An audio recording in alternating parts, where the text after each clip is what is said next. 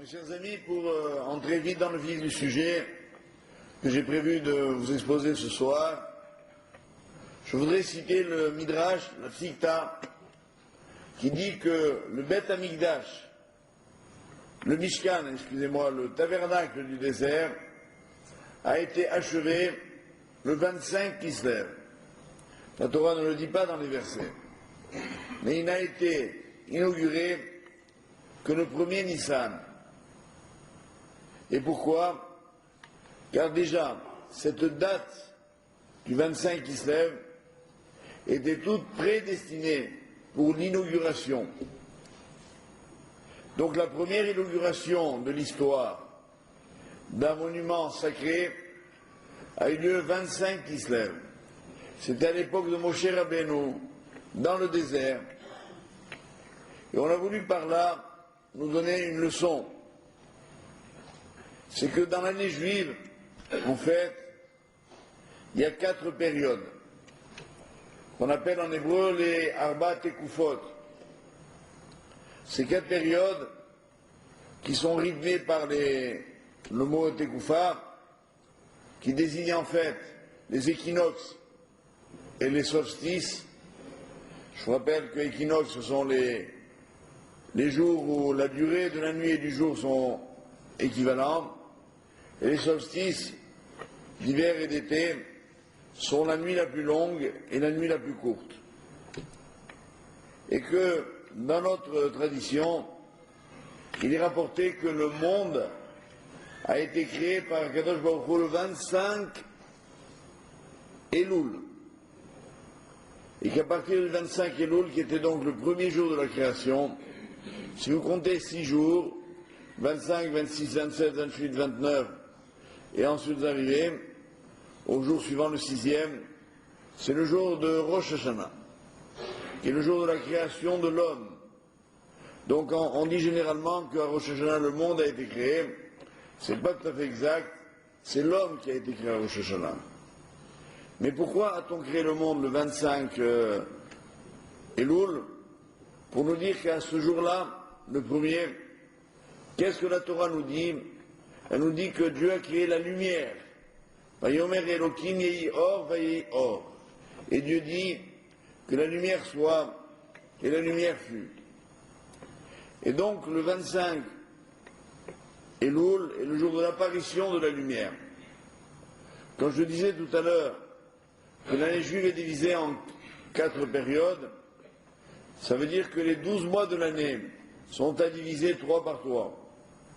Si vous passez du 25 Elul au 25 Tishri, puis au 25 Reshvan, vous arrivez pour le 3e mois au 25 Kislev.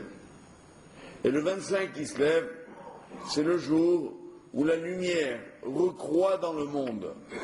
Car en effet, dans l'hémisphère nord, l'hémisphère de la terre d'Israël, le 25 Elul, et donc au moment de l'automne, la période où les jours raccourcissent, et où ils continuent de raccourcir jusqu'au 25 Kislev, et au 25 Kislev, ils recommencent à s'allonger.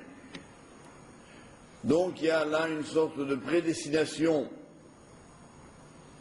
de l'épopée de la lumière à travers les hommes qui nous convient de bien expliquer et de bien comprendre.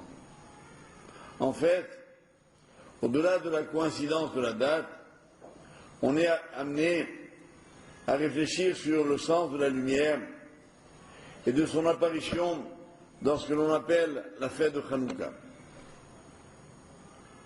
Le Midrash nous dit que donc à l'époque où se déroule Hanouka, nous sommes sous l'Empire grec.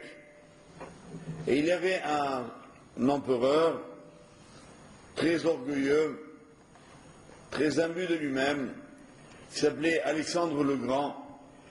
Du moins, il se faisait appeler comme ça parce qu'il était petit de taille. Non, mais c'est vrai en plus. Souvent, les gens petits de taille, ils ont envie de grandir, d'une façon ou d'une autre. Alors, lui était donc très ambitieux, et il avait effectivement connu une réussite politique hors du commun, puisqu'il avait réussi à étendre l'Empire grec pratiquement dans tout le bassin méditerranéen. Il avait même envahi la Judée de l'époque, Israël, y compris Jérusalem.